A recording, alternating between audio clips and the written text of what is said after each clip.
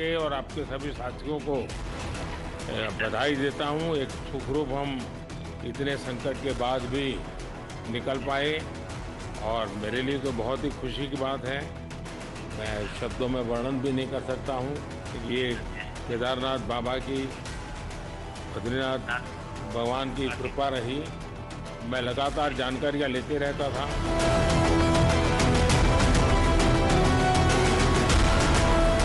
संघर्ष जो भी है सर, जीवन से लड़ने के लिए हम लोग को जो भी संघर्ष करना पड़ा हम लोग करें। एनडीआरएफ से लेकर स्टेट गवर्नमेंट से लेकर बाकी सारे हमारे वर्कर थे, हमारे कंपनी के रिस्पेक्टेड जो भी हमारे सीनियर थे, मामा थे, जो भी है, सब दिन रात मेहनत किए। उन लोग के सफलता के उन्हीं की वजह से सफलता हासिल हुआ है sir.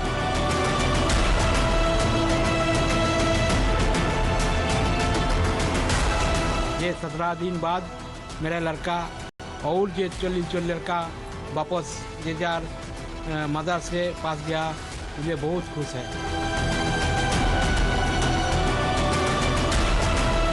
We all did a great job. It was a fantastic team. My experience here is one of love and looking after human beings and everyone coming together to achieve the impossible.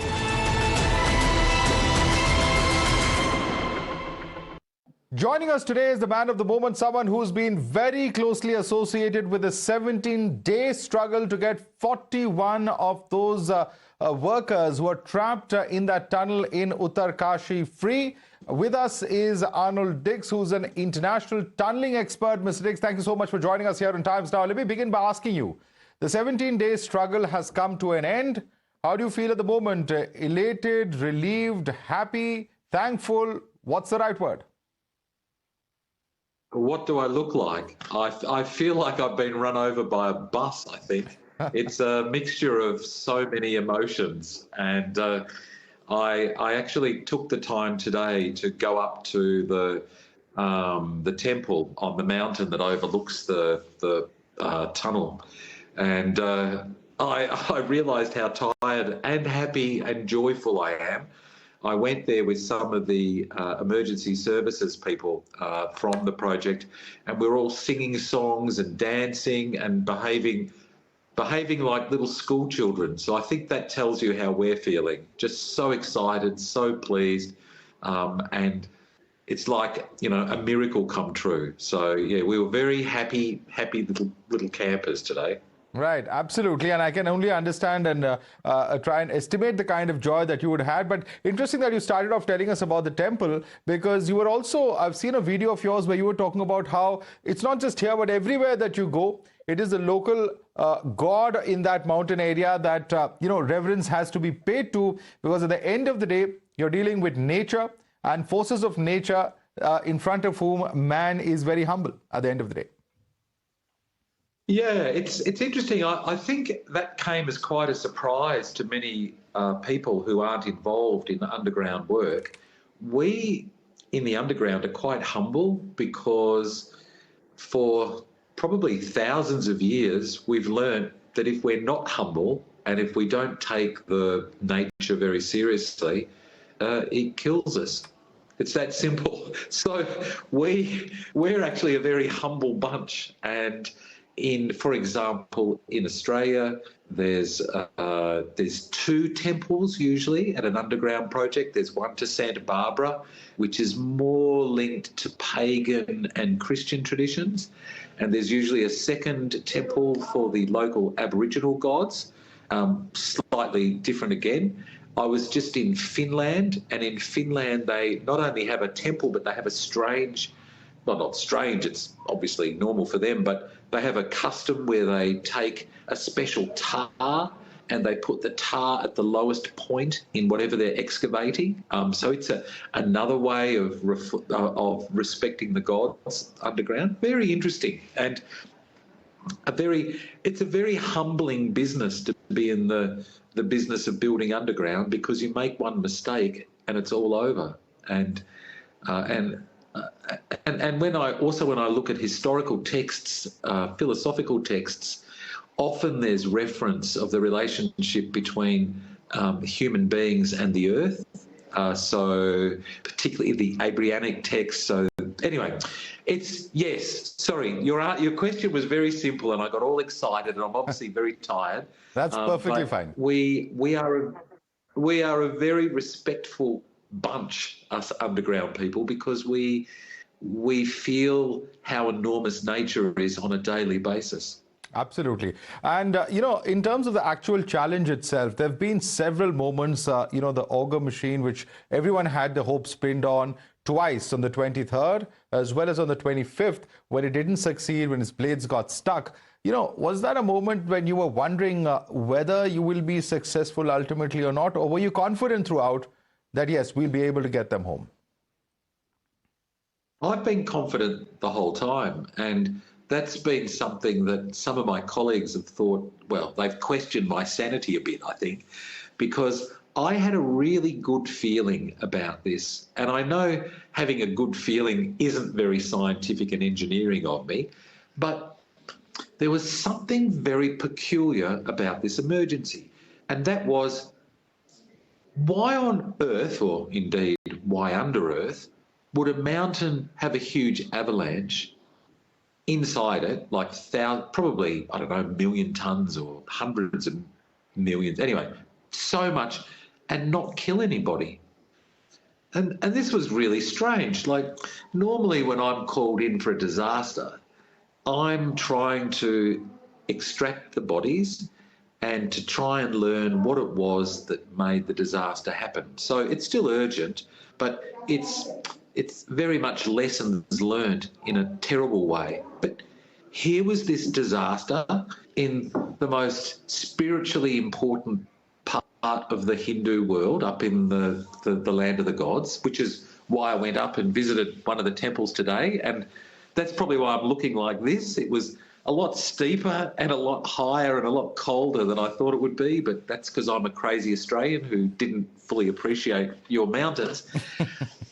But here's this extraordinary situation where a mountain has done the avalanche. It's got 41 men safe. It's keeping them warm. It's even allowed us to give them food and water and medicine. But it's resisting any attempt for us to let them out.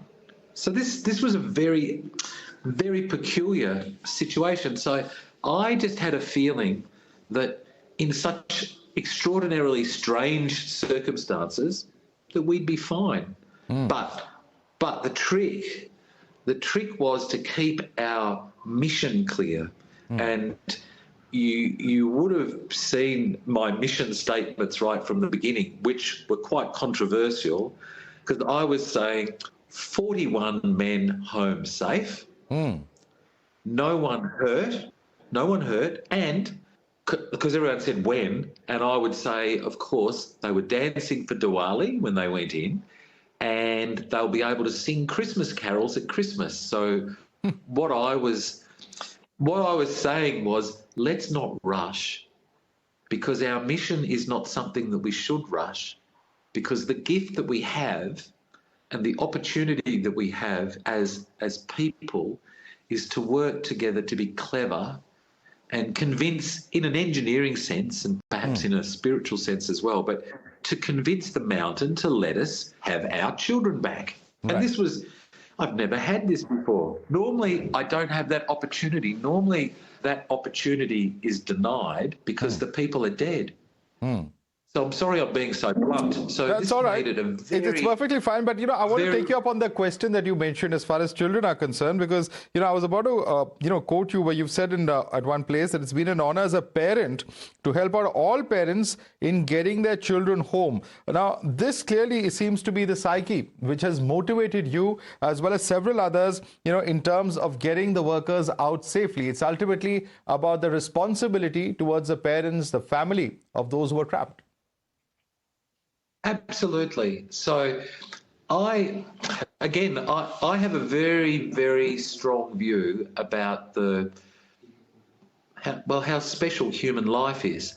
And it's no more special, I think, than when viewed through the eye of a parent for a child. And all of these men are young men because they have to be strong to be in this business. They're strong men. That's the whole point.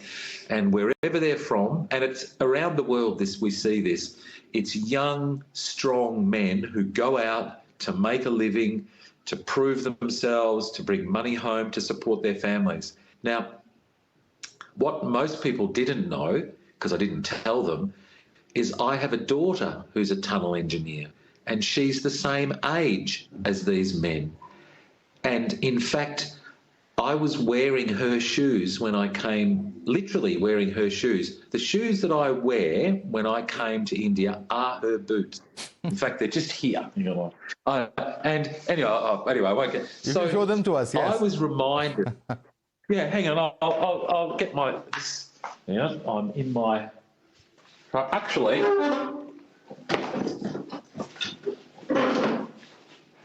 So...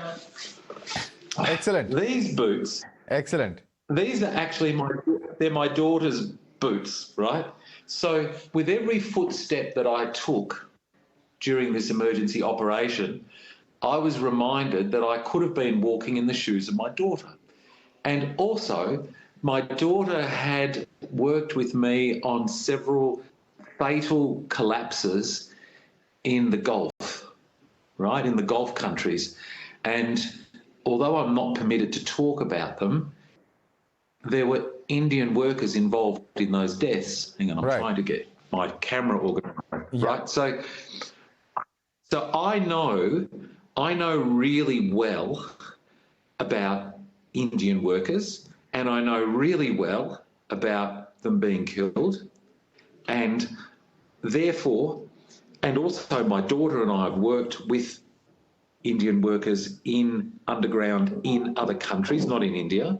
So actually, this is very personal for me because I'm a parent. It could be my daughter. It could be your child. It could, we're proud of our kids. We want them to go and work. These are young people and they've done nothing wrong. They're just at work, just doing their job, just trying to support their family. So for me and for the team, we were clear. We are bringing 41 workers home and no one's going to get hurt because they've done nothing wrong. That's a very positive frame of mind. And Mr. Dix, I can just about imagine, in terms of actually motivating those who were stuck underground, as well as all those workers who faced all of these obstacles, who faced, there was fear of rain, there were all these drilling machines that were not working. In the midst of this, keeping everyone motivated, of course, your positivity, just shines through what you're saying. But how difficult was that in the midst of all of these adversities? I'm pretty old-fashioned, and I think from memory you might have caught some of my incredibly not modern techniques, like going up to someone and hugging them and saying, it's going to be okay, we're bringing them home, like going and actually sitting with a worker who's sitting on the pipe and looking really sad because they've done all this work to create the auger, for example, and it's just blown up. And so I'll just sit with them and say things like, gee, you're doing a great job. And then, of course, my Hindi's not very good. But just the fact that I would sit with them and talk, and maybe I show a picture of my daughter with her doing her tunnelling, say how proud I am of them, or say your family must be proud of you. You're doing such really good work. The human stuff, just re-expressing and confirming how important they are to this mission to get the men out. And also that I am absolutely confident we're going to do it. And that was the other thing. I was absolutely convinced that we were going to get 41 people out safe and not hurt anyone. And in fact, that's what happened. Right. But that's not normal. Absolutely. Absolutely not normal. In fact, the big role of the coordination between the different agencies. In fact, I was speaking earlier to Union Minister V.K. Singh, and he told me that you were quite amazed at the way in which the police, the disaster, rescue forces, the security forces, all of the government agencies, the power department, so on and so forth, were all able to coordinate together so smoothly to ensure that this operation was a success. Tell us about your take in terms of the coordination, because you must have seen similar instances in other countries as well. Yeah, well, I've seen similar emergencies, and even if they say they're coordinated, they're not really. Normally what happens is one agency or one individual with a particularly loud voice or a big stick or something says we're all going to agree, and then we all agree, and if we don't agree, then you get hit over the head with a stick or something. So, and I mean that metaphorically, but that wasn't the case here. Here was a case where you had men in uniform sitting with civilians, where you had federal agencies sitting with state agencies, where you had experts from all around like me. I mean, I don't know if you've noticed, but I'm not Indian, and I'm sort of pink coloured, and I can't speak Hindi. And yet, in the meetings, the meeting would, by decision of the group, speak in English just so I could understand. I mean, it's your country. Like, I'm just a visitor. It's my fault that I can't speak Hindi. So you could, or the group could rightly have said, turn on Google Translate, and if you get stuck, we'll answer the question. But instead, they honoured me with speaking in English. Because we are understanding that to me... please go. You go. Yeah, so that's a metric of cooperation, because here's me as an invited foreign person who not only is invited, but the whole meeting was prepared to swap into maybe a second or third language just in order to ensure that I knew what was going on. That's amazing. And that style, that inclusiveness, that was fantastic. Some things I found unusual, but that's not because there's anything wrong with it. I found it funny that in a big Indian meeting, many people can talk at the same time, and somehow everybody understands everything. So that took me a while to figure out, and then I discovered that if you've got two ears, you can have like two conversations happening at the same time. But it was perfect. It meant we got things done even quicker. So I actually found it very, very effective and very inclusive. I was really impressed. Well, glad to hear that. And on a lighter note, we anchor television debates every evening. This is normally a debate show, so that's normally what happens. It's pretty much par for course as far as this particular show is concerned. But Mr. Dix, let me ask you, the Prime Minister's office... Yeah. Sorry, you go. No, please. You wanted to say something. No, my phone's just flipped all the images sideways. If you could just tilt it a bit. We'll allow you to just tilt it. And meanwhile, if I can just put my next question across to you on that. Yeah, that's perfectly fine. Fine. The Prime Minister's office was also directly involved. What is the role that you saw of the Prime Minister's office in terms of actually coordinating this mission, getting all of these agencies together? I found the Prime Minister's office to be very positive. And also not only positive, but very respectful of, I'm too tired to say it correctly, but the local government as well here, the state government, yes. And there was so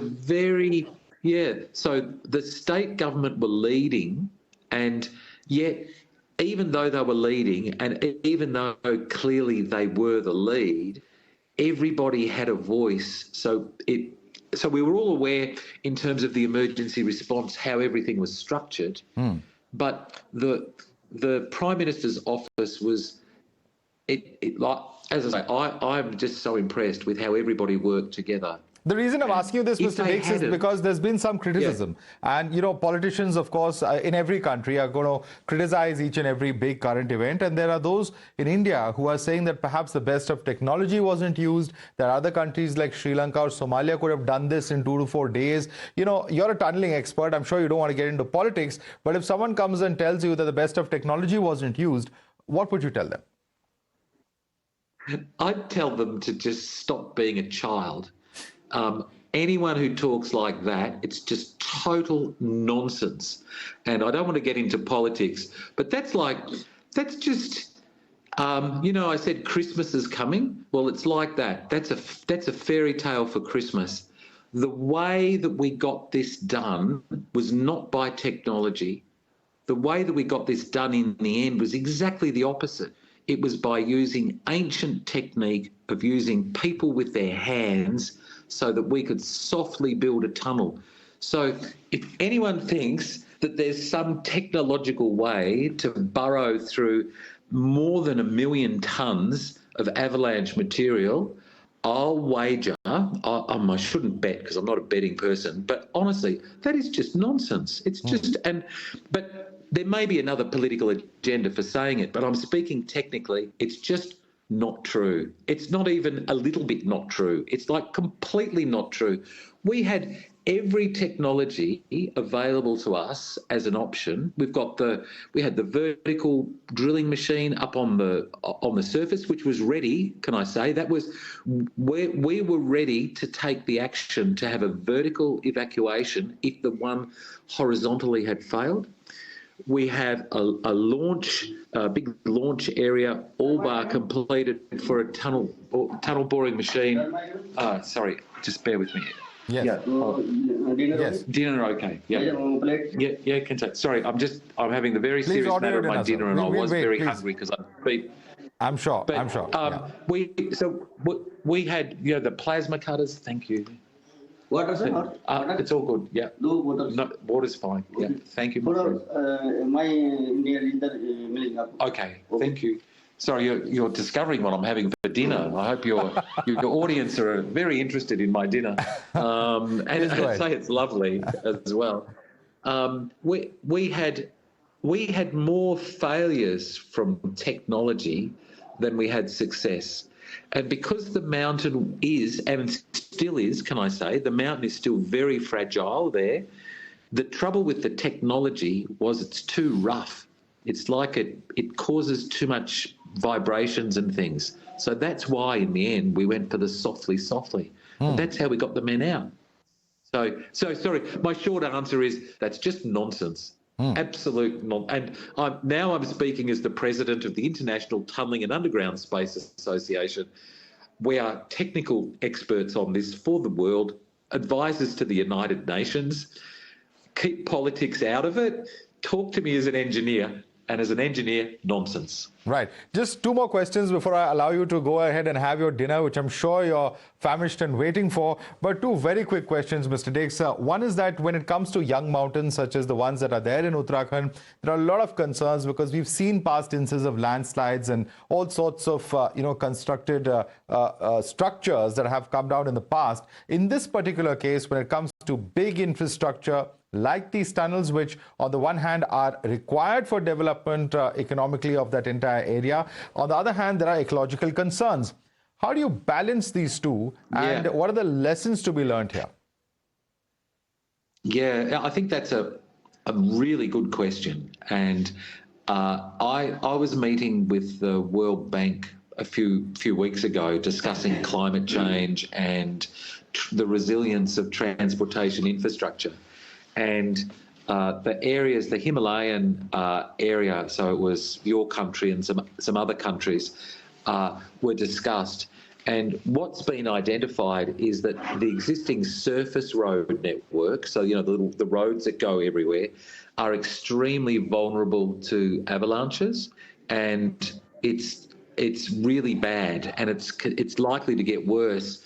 So on balance, I think what this infrastructure does is it decreases the reliance on those tenuous little roads that go all the way around the mountains and are subject to particularly avalanches and landslides at multiple locations, and allows you to have less roads but more reliable roads. So that's, and the World Bank is identifying tunnels as one of the really resilient assets.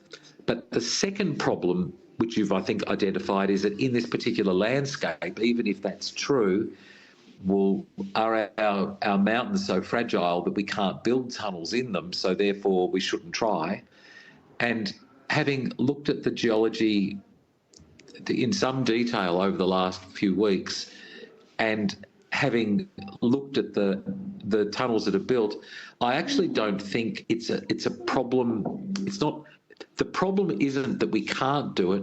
I think the problem is that we underestimated how tricky the mountain was. Right. And so what we may need to do is be more conservative in our support, the support we give in the tunnels, because there's lots of tunnels built very happily in very awful ground conditions. Where I think the Himalayas has caught us a bit off guard is that the ground conditions can change in time. So this is just my guess, but perhaps, say, an intensive rainfall event funneling water into a particular area underground changes the behaviour of the rock in a way that we didn't anticipate. So okay. I haven't talked to my friends here about it, but basically what I'm saying is I'm quite comfortable building tunnels in the Himalayas, but I'm not comfortable. Like we've just learned that how we do it, maybe we have to rethink that and make it a little bit more robust in the support side. Okay, we started off with you visiting the temple. I'm going to end on that note because there's a picture of you, worshipping at the temporary temple of Baba Boknag, built near the mouth of the tunnel. You know, the kind of faith that 1.4 billion people have shown. At the end of the day, does that reinforce your faith or your belief that faith can literally move mountains, as we've done in this case? Yes, and it does it in quite a couple of ways. One, I feel very I'm pretty inconsequential myself, but leaving that for engineers and technicians, the act of acknowledging the enormity of what we do, and so actually accepting that our endeavours are can be completely overwhelmed by nature at any moment, I think leads to better engineering, because it means that as technicians and as engineers, we're not as arrogant, and so there's a more harmony between us and nature. So no, I think it's good, and because I travel the world, I don't mind who people pray to. In fact, I don't even really mind if they don't pray, so long as they've thought about why they don't, because then in a way they are praying anyway because they've come to a view of the universe. But I don't like people who are so arrogant that they don't even think about it. So right. I'm really... All right. Look, I went up to the temple today. So does that make sense? Sorry, that was a bit philosophical, but I went to the temple today because... It's perfectly fine. Arnold Dix, in fact.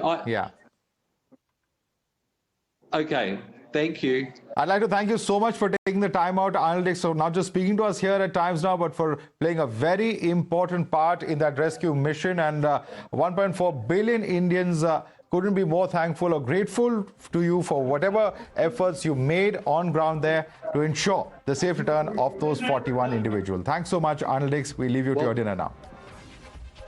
Thank you very much. I'll have my dinner. Thanks. Merry Christmas.